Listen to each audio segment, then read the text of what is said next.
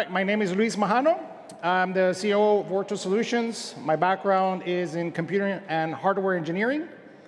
I was born in El Salvador, in Central America, and I was mostly raised in the US. Since 2023, I'm in Malaga, in Spain, to lead our European division. And I'm the creator and maintainer of many frameworks and the chief language engineer for BoxLang, new programming language. So since you came after lunch, we'll do a little dad joke. My kids always wants me to do a dad joke on my sessions. So what do you call an anxious dinosaur? No takers? A nervous Rex. Dad joke. All right, little agenda. What are we going to show? The goals. What is BoxLang? Take you through the semantics of the language. And of course, some of the features and how you guys can get started. This project basically started 21 months ago. It's not something that we wanted to create out of the blue. It has taken a lot of time for us to get here. And we launched our first iteration of a stable version in May of this year in Washington, DC. And we're iterating quite fast as we progress with the language and our customers using BoxLang. So what is BoxLang? Well, in a sentence, BoxLang is a modular dynamic language for the JVM, aiming to make your development more productive, more expressive, functional, highly functional, and really available everywhere. That was where we started. This is what we wanted to build. We wanted to make it small and lightweight and modular. The entire runtime is about 7.58 megabytes. It is multi-runtime. That means it can be deployed, as I'll show you, into many, many different types of systems. It is also multi-parser, so it can actually parse different source codes. It is dynamically typed with an optional and an inferred coercion type system. So at runtime, it can do many, many things to make you more productive. It supports classes, scripting, and we've also built a templating language. It uses everything modern in the JDK, including invoke dynamic to deal with dynamic languages. Highly functional, like I mentioned. You can do context-aware closures or pure lambdas and many other constructs that we've created. Built-in framework concerns, and I'll explain a little bit of what that means. And of course, it's open source and free. So many people ask me, OK, why? Right? Why another language? Why create a language? So it's important to know a little bit of who we are and what we've been doing in order to kind of answer that question. So the company that created this is called Orto Solutions. It was founded in Miami, Florida in 2006 with one framework to deal with model view controllers at the time in a language called ColdFusion.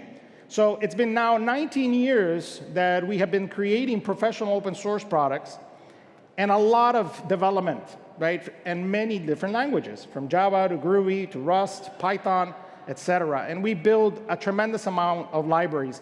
We actually manage about 350 open source projects at Ortus, and we've done this for over 19 years.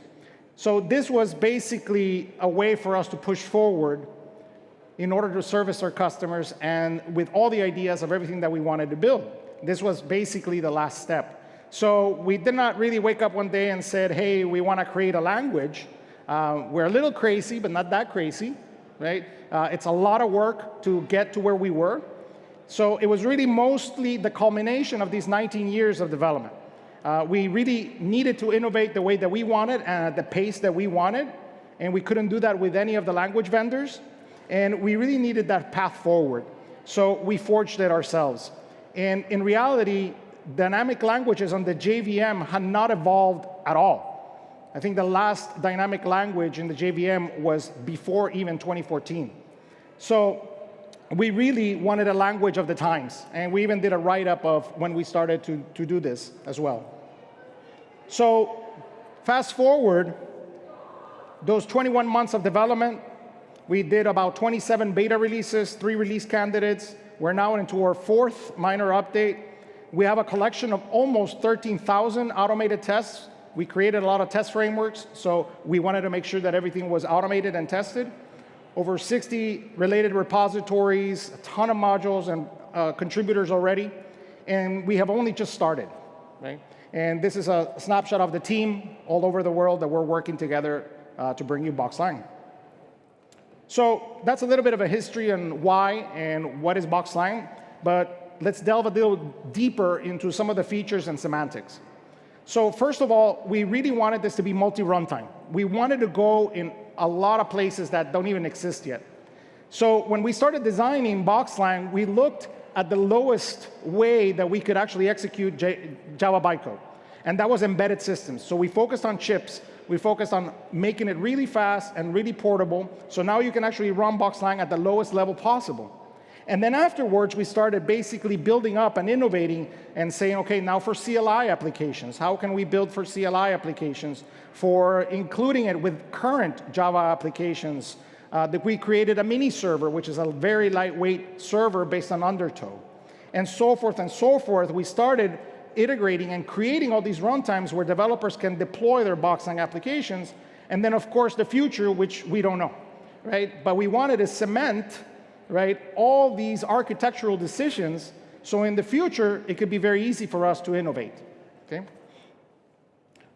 Of course, we're creating the world of Docker, so all these Docker containers are also available to you. That's another runtime. We have 3 images available. You have a command box image, which is our servlet interpretation. So we created this over 10 years ago. So we manage our own servlet implementation. A mini server, which is the lightweight Java server, and of course for CLI applications. Okay? So all this is already available. And our first production app on this multi-runtime world was try.boxlang.io. So we really wanted to create a developer space so they could try BoxLang and learn how to work with BoxLang. So when we envisioned it, we said, OK, we want a mini server site that a developer can code in. Then we can send that code into AWS in this case, have a Lambda, execute that code in a very isolated BoxLang runtime, process it, and then send the results back. So with the team, we actually sat down, and in one afternoon, we had built both runtimes. So this was a true testament of how multi-runtime actually can affect your development. So it was our first production application that we launched a year and a half ago, powered by 3 of those runtimes, mini server, Docker, and Lambda. You can now do all kinds of things with it, and we're building tons of features into try BoxLang as well. The cool thing about it is its performance. We have an average of about 32,000 Lambda executions per day. Our average execution time is about 32 milliseconds. Okay? And we contract and scale as traffic progresses. And the really good thing is that we pay actually $0. Because Lambda gives you 1 million requests, and we're on the borderline. So very, very impressive thing that you can do with Lambdas, that you can produce very high traffic applications and really pay $0. So what's coming next in multi-runtime? So we've seen the performance of it and how it actually works, that we have many, many plans that we're working on. Azure functions are being built as we speak, so that's the next evolution of multi-runtime. We're also working on Java FX, so you can actually build desktop applications with BoxLang. So that's something that's already in the works. And our Electron multi-runtime is also available probably in the next 2 weeks or so. And then we're going to integrate with GraalVM as well to bring you even more languages, so you can actually integrate other languages inside of the runtime. So a lot of development going into multi-runtime. Another major aspect of BoxLang is we wanted a modern dynamic language, right? So we wanted to address dynamic typing, but we also wanted optional typing. We wanted to be JSR 223 compliant, which is Java scripting in the JVM.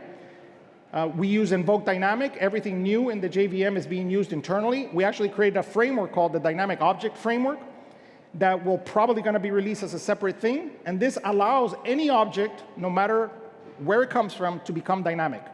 That means that it can do type promotions, it can do auto-boxing, auto-casting, type coercions, everything out of the box for you. All the OO constructs are available to you as well. 100% Java interop. We wanted Java developers to feel right at home when working with BoxLang. So that means that there is no separation, no bridge. You can import Java classes, you can leverage them, and we've actually extended them, as you'll see in some of these slides. But you can execute BoxLang within Java, or you can execute Java within BoxLang. So you can go either ways, right? We created a concept of object resolvers, because we're actually a mediator between languages. So now you can actually say, I want an object from Java, or I want an object from BoxLang, or anything else. For example, we have one for Python. So you can actually create Java classes that represent Python objects. Right? So you can directly import and create any of these classes. You can call third-party ones.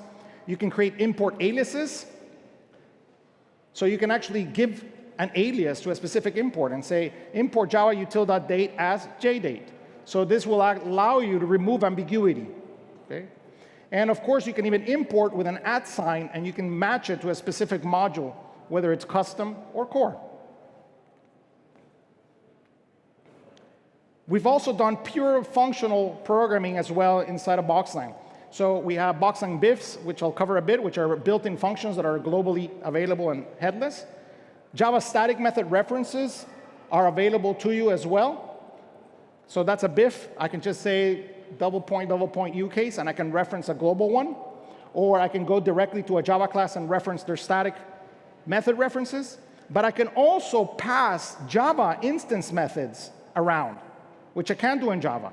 But with BoxLang, with the dynamic object framework, I can take any Java class and any Java method and move it around and actually execute it at a later point in time. I can also do object invokers. So that means that code, like you see there with a map, that you have to do an S and then a closure, I can just basically do a .trim. And the compiler will know that you're wanting to act upon the object that was going to be passed into that function. So there's a lot of shortcuts and things available to make your coding more sugary sweet when you're coding. So that was very important for us. Another important aspect for us is that we did not want to start from zero. We had 19 years of code that we had developed that we wanted to bring into BoxLang. So when we did the design of BoxLang from ground zero, we said we wanted multiple parsers. So we created something called the BLAST. And the BLAST is basically the BoxLang abstract syntax tree. And we wanted this to be the mediator between any type of language that we wanted to encapsulate in BoxLang. So this was a way to split with the old and bring the new. And you can do it just in time or with CLI tools. So for example, we had 19 years of development in the ColdFusion CFML world. So what we did is that any CFML source code will actually compile and parse in BoxLang and run natively. And this is all powered by the BLAST because it has a transpilation layer, just like TypeScript, for example, and it will transpile the code for you. So we actually have requests for COBOL and Groovy as well. And the idea was to open that to the community so anybody can transpile things into the BLAST, which then compiles to Java bytecode. So this powers all of our tooling, and this is a way for legacy and application languages without any code changes to be able to be modernized. And with that, all our 350 libraries that we built actually run in BoxLang with 0 code changes. All right, time to show you some code and a little bit of differences. So semantics. You have 3 avenues to work with BoxLang: classes, scripting, and templating. We have the concept of scopes. This is a little bit different than Java. All variables are going to be stored inside of what we call scopes. And scopes are backed by concurrent maps behind the scenes. So when you say name equals BoxLang, that name variable is going to be created inside of a map internally called variables.name. Okay? Each execution context can have different scopes. For example, scripts have a variable scopes. Functions have an arguments, have a local, and surrounding scopes. Classes can have public, private, static. Threads, we can actually create very easily threads. You have local attributes or thread scope. And you have global scopes. So you can store things like, I want a singleton. Well, you don't have to do the singleton pattern. You can just say application.something, and it will store in your application. Or even the server, or the request, or the session. And you can create your own scopes as well. So it gives you that ability for you to be able to say, OK, an argument that comes in, it's inside of a scope, right? Or I can say var, and it goes into the local scope if you wanted to. I can treat the scopes as objects and functional objects. Here I'm looking at all the variable scopes surrounding that function, and I'm filtering it and say, hey, give me a filter, and I only want functions. So a lot of things and a lot of power that you can do with scopes. And inside of classes, of course, you have more scopes available to you. So this is a very big distinction from Java, for example. Apart from that, we've created enhanced types or very specific types apart from all the Java types that you get. And we wanted this to include you with all kinds of member methods and more functionality. So you have functional arrays that can contract and expand very easily, and you can do all kinds of functional programming with them. Okay? Everything can be case insensitive. It doesn't matter what case you use as well. And here in this example, I have a fruits array that I define. I can append one, then I can filter it by item final case. I can print each item and then convert the entire array to JSON. So JSON is native within BoxLang as well as YAML. Okay? You can also then be able to have all kinds of different things like structs, which are basically maps that are case insensitive. We have a query, which is everything that comes from a JDBC driver. You have the ability to have a native query. Datetime objects using the new Java time. Numerics, because BoxLang is typeless, so it will actually navigate through the numerical types according to the mathematical operations that you use. And it's smart enough to determine which mathematical operation and which numeric it's going to contagion into. Okay? And of course, all is autocastable and dynamic and Fluent for you.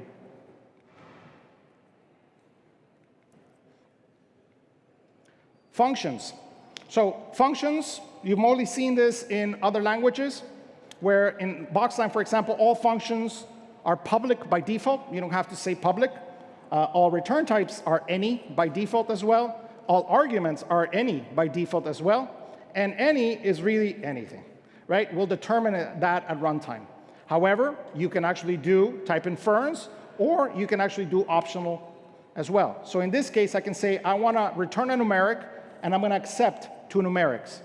This means it could be an int, it could be a double, it could be a big decimal, it could be a big integer. It'll accept everything. It'll automatically cast them for you, it'll automatically box them for you, and it'll automatically verify them for you. Okay? However, you can also be very specific. So I can say, no, it has to be an int. Okay? So you can either go completely typeless, or you can go completely type. It's your choice. With function arguments, you've seen this mostly, I believe, in Kotlin or Groovy. We follow that same useful pattern where you can have required arguments and optional arguments. Arguments can have default values as well. But in BoxLang, values can not only be literals. In BoxLang, those values can actually be expressions that are going to be evaluated at runtime. So you have those two available. So it'll delay the evaluation of the argument until that function is called, and then it'll evaluate the expression.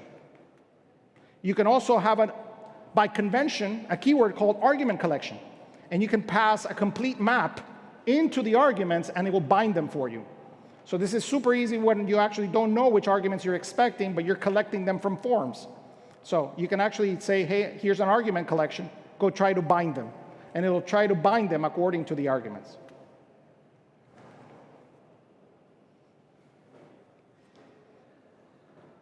Now, like I mentioned about scoping, ooh, that was too fast.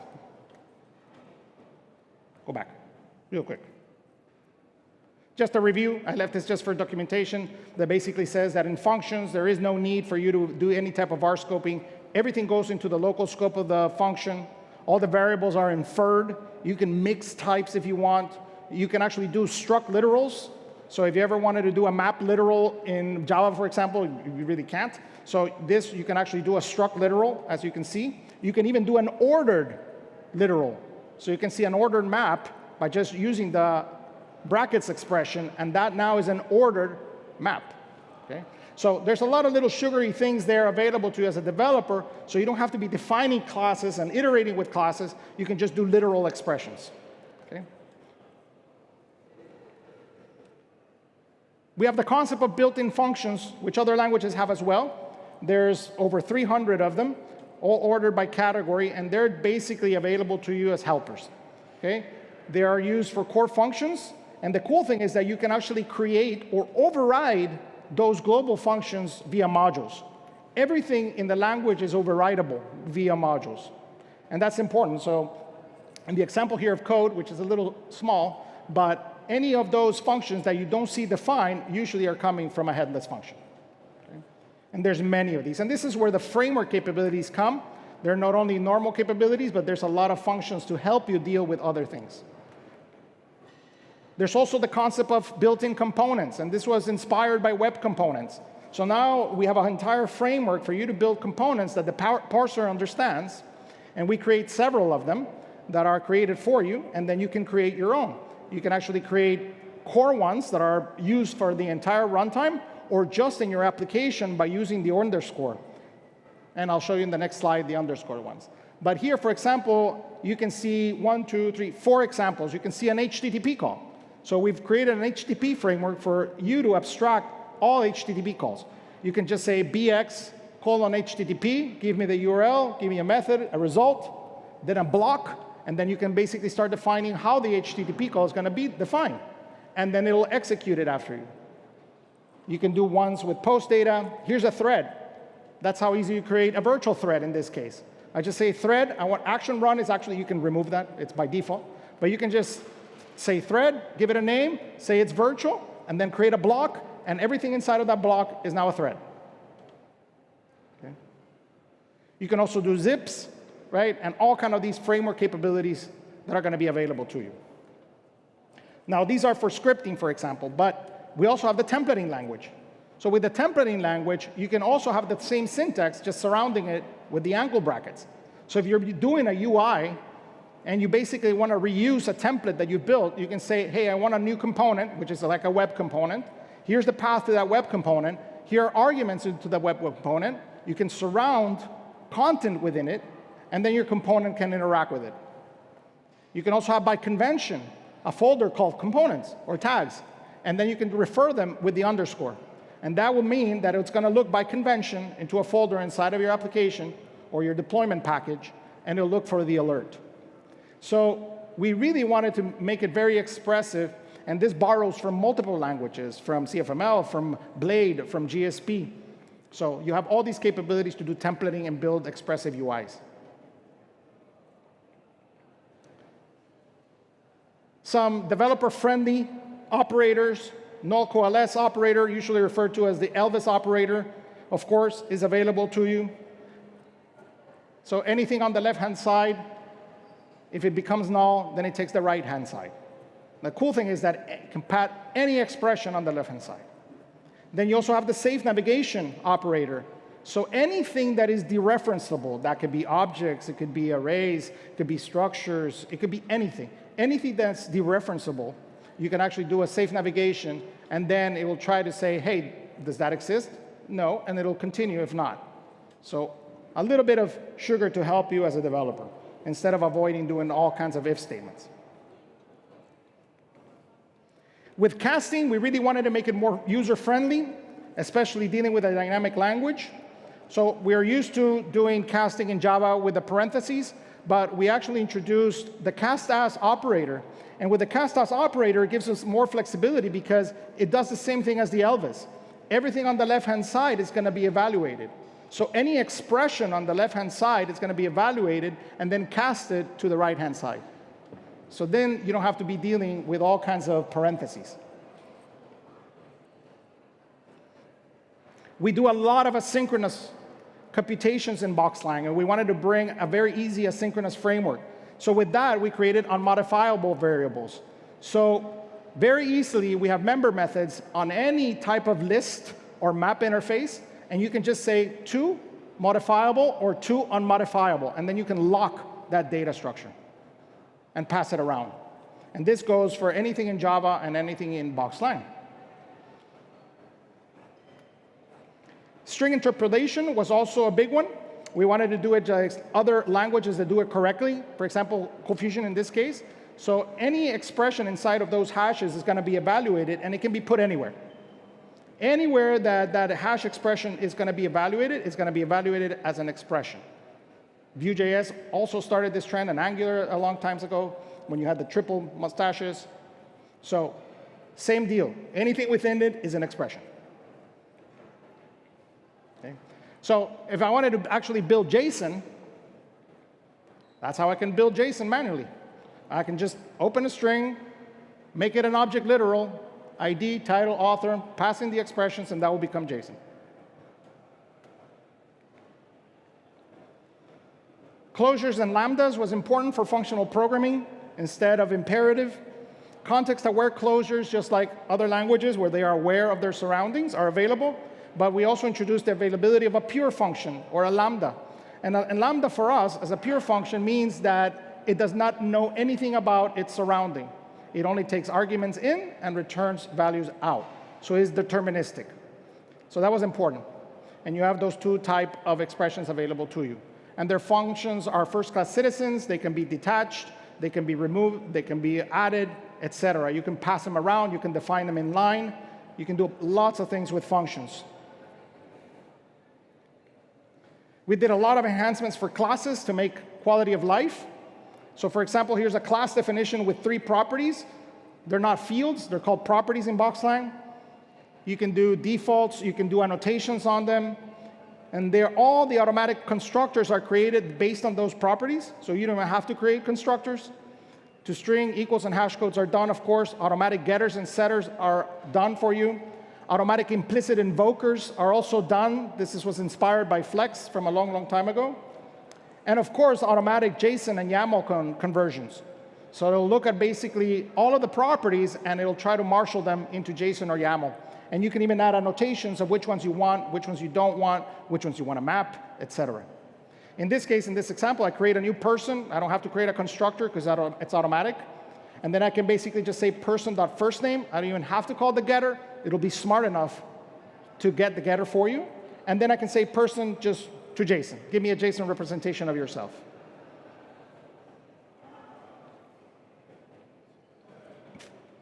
All right, we do also a lot of metaprogramming, inspired by Groovy as well. So there's always a $BX property inside of classes. And this one you can use for meta information, for the class information, but you can also do listeners. So the language is completely event-driven. So now you can register change listeners on any object that exposes a register change listener. So in this case, here's a BX of variables or a map, and I can say, hey, I want to listen to any time important data is changed. And it will basically call that closure whenever the important data is set.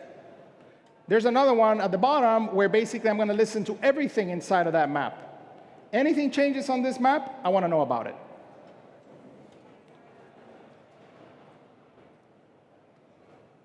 I forgot how much time we have.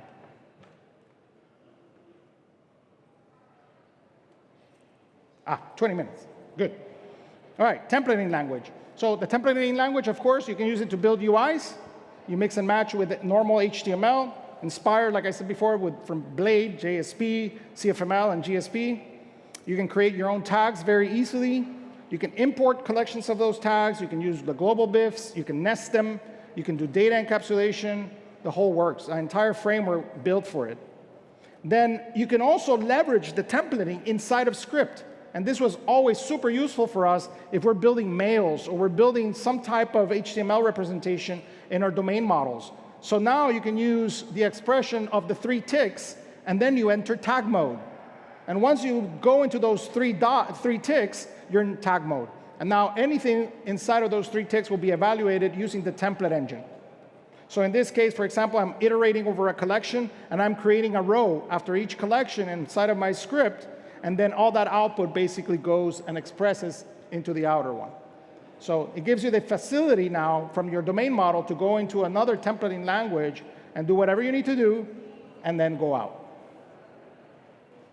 All right, those are the semantics. Few differences between other languages. What are the framework capabilities? This was what we've been doing for the last 19 years. So there's a lot of things that are core, and there are a lot of things that are modules. So when we created BoxLang, we created it like our MVC framework, with a BoxLang framework defined. So the BoxLang runtime is actually separated into different types of services. And all these services, we wanted them to be available to developers. So all the API is documented and available to you.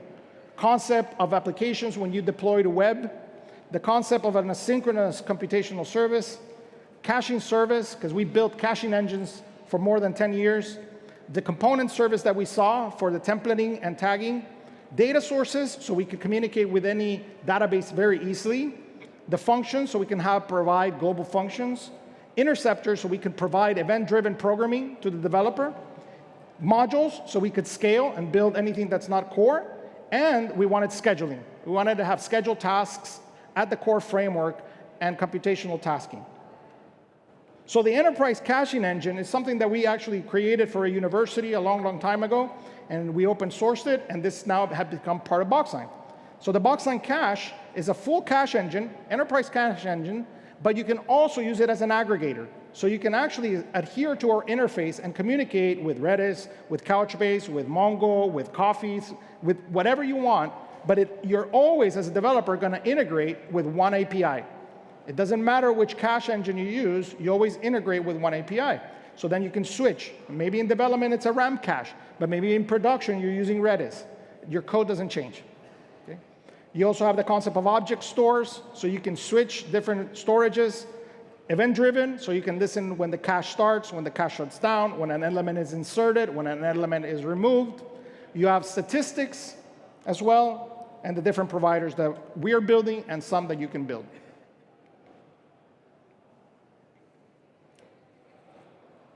And this also powers all the internal caching inside of the framework as well.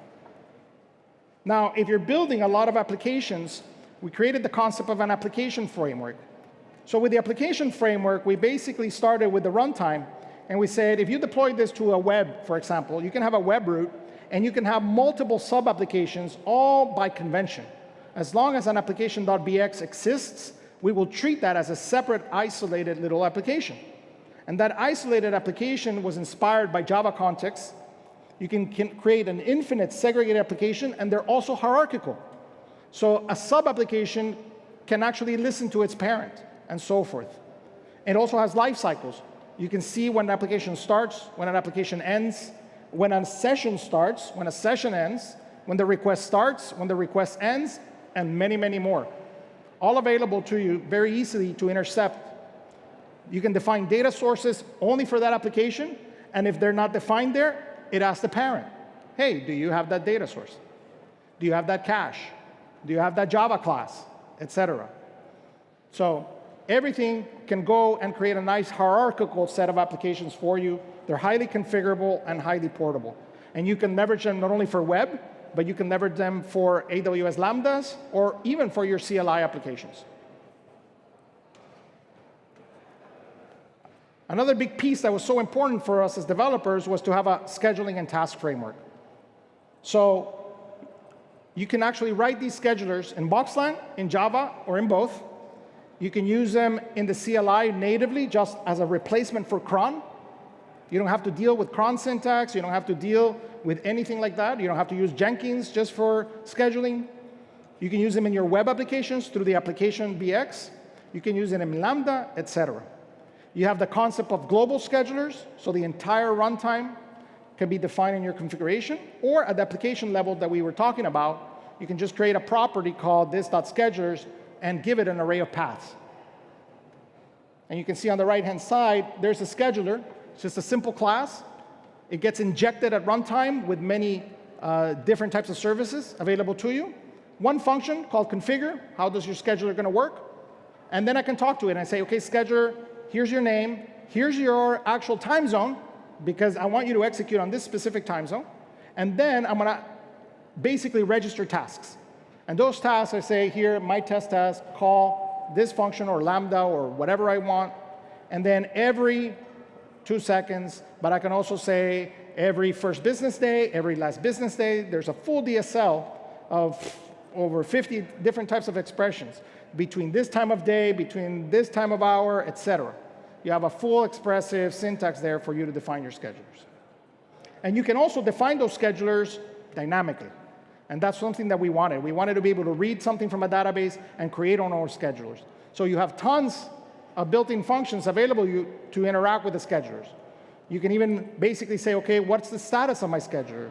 And it'll give you a report of everything that's going on and how the tasks are executing. You can pause tasks. you can reset tasks, you can shut down tasks, etc. So we're even building a UI that's going to be available as a module, so you can actually be monitoring all the scheduled tasks as they're running and they're executing. With the scheduler task came about the asynchronous framework to basically sugarcoat everything that Java has been doing so well for many years now. So you have the BoxLang async framework, which starts off from the async service, where you can register all kinds of different executors that are available in the JDK, or you can actually build your own. So from virtual scheduling to scheduling tasks, cache scheduling, etc. And then we have the concept of the scheduler service that manages all these schedulers, your schedulers, and then, of course, tasks. But then we also have the box future, which is an extension to completable futures. With that, we have native virtual thread support already. So this is really important. You can create even millions of threads inside of BoxLang. Excellent for I/O operations. I would totally avoid them for CPU-intensive applications. And here's how you do it, a simple one. So here you define a runnable as a thread block, and you just say virtual equals true, and that's it. It will basically virtualize that thread, execute that in the background as a virtual thread, and you're done. You can also use our thread new BIF as well. You can pass in a runnable closure or a runnable lambda, and just say virtual true as well. Or you can go into box future and actually create another BIF called run async. And this is basically doing run asyncs with completable futures. So you can create asynchronous Fluent pipelines. It's basically like threading on steroids with completable futures. By default, it runs on the fork join pool, or you can attach any executor at runtime of your choice. So you can have different methods like future new, future all. So this will actually do parallel computing for you. You can pass an array. You can pass basically any type of collection, and it will try to basically run them all in parallel for you. And then, of course, you can build beautiful expressions like run async, order service, place the order, timeout in 5 seconds, then do this, then do that, then give me a peek of what's going on, then do something else, and if there's an error, do that. And then on the bottom, I can basically present it if there's some type of value in it, or just ignore it. So you have a lot of these types of expressions available to you as a developer to make asynchronous programming easier, because it's not easy. All right, event-driven language, like I mentioned, BoxLang, we wanted this to be core, and this is how the core keeps itself very small. We basically extend everything through events. And this is also available to you as a developer. So there are ways for you to register new events and for you to listen to those events. That's pretty much it. Interceptor patterns, observer patterns, available to you in any application.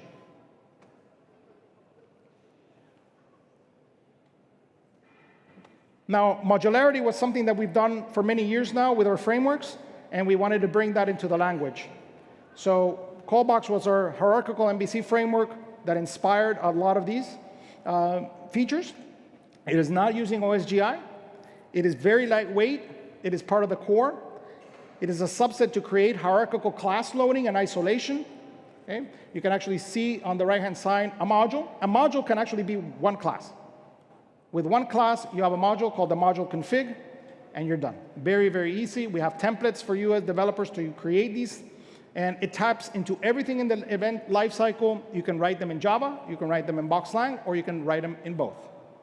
They're also executable as CLI packages. Since we can be working on the CLI, you can actually create modules to build CLI's applications. Okay? It integrates with Maven and Gradle as well.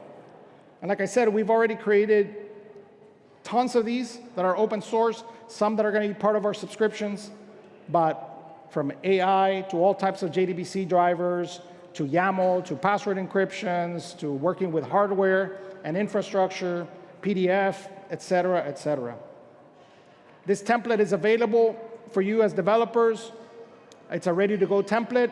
Use it. You can even link it inside of the BoxLang home, and automatically it will be available to you. This is really a way for you to extend the language. We really wanted developers to extend the language your way. So all the hooks are available for you. We have tons of demos on this, and we even created what we call a BX waffle module, which basically extends everything. The BX Waffle looks awesome, and it has everything on it, and it extends everything inside of the core, and it's a great example for you to work with and start getting your hands and feet wet with BoxLang.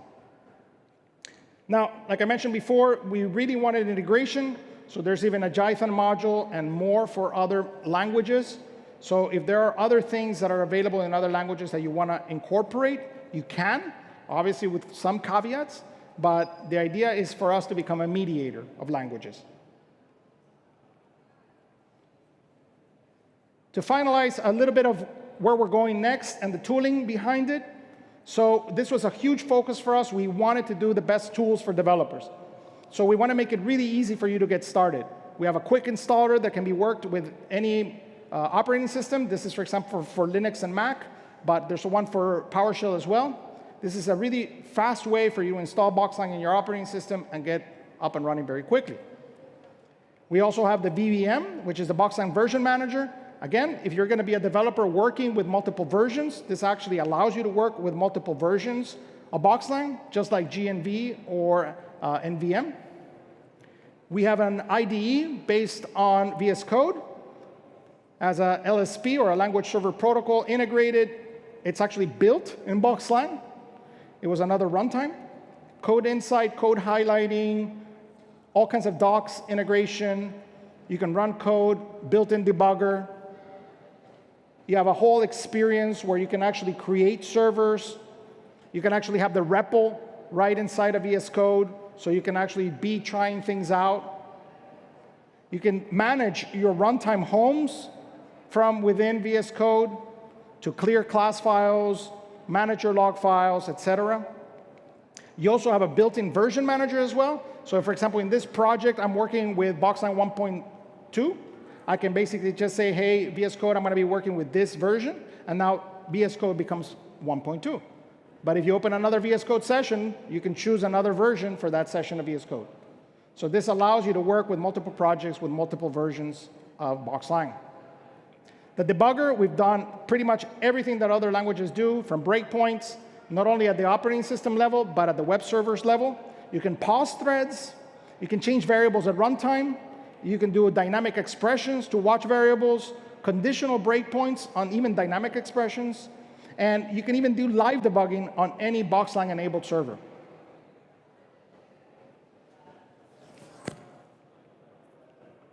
So with that, kind of give you a little bit of what's happening in the future. So we have a 5-year roadmap, and every 5 years, we're going to reiterate. We launched this year, so that becomes an active support model for us. We have already 5 versions planned and iterating every 5 years. Every version is going to be supported with LTS for a set of years as well. So we decided to do 1 major per year. It doesn't mean that we break compatibility, but it means that it's a major release every year. Okay? 1 minor every last week of the month, and of course, patches a la carte or security when it's desired or needed. It is professional open source. That means that the BoxLang community is free and open source always under Apache 2. But there's also 2 subscriptions available if you wanted to work with us, or you believe in the project, or you want to support the project, and you want to see it further. You can also partner with us and take it wherever you want. We also are very interested in education. So we have a casting platform, and we call it the BoxLang Academy. So if you go to learn.boxlang.io, this is completely free, and these are video series, trainings, workshops, everything that we're basically building and deploying. It's going to be available free for 1 year, so developers can start learning and using our video casting and e-learning application. And then, of course, if you're working on the cloud, we already have our BoxLang cloud servers. These are available right now in the marketplaces. So if you go to AWS or Azure or Google Cloud, you will find BoxLang already available to you. So if you want to start deploying applications there, you can. And it was awesome to see the guys from Clever Cloud that are in the back here. If you want to go talk to them with Horacio, they already did it yesterday. So we sat down and we coded together, and now you have availability to do BoxLang cloud servers on Clever Cloud. So it was really awesome to see how a vendor basically in less than 2 hours was able to provide BoxLang hosting for you guys. So check them out. But with that, thank you. This was kind of an intro of what we've been working on for the last 20 months. Try it online. Everything's fully documented. We love documentation.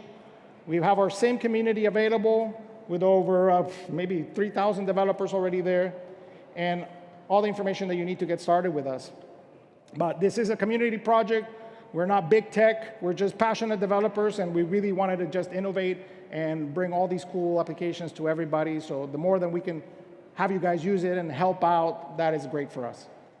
So open to questions, but if not, thank you so much.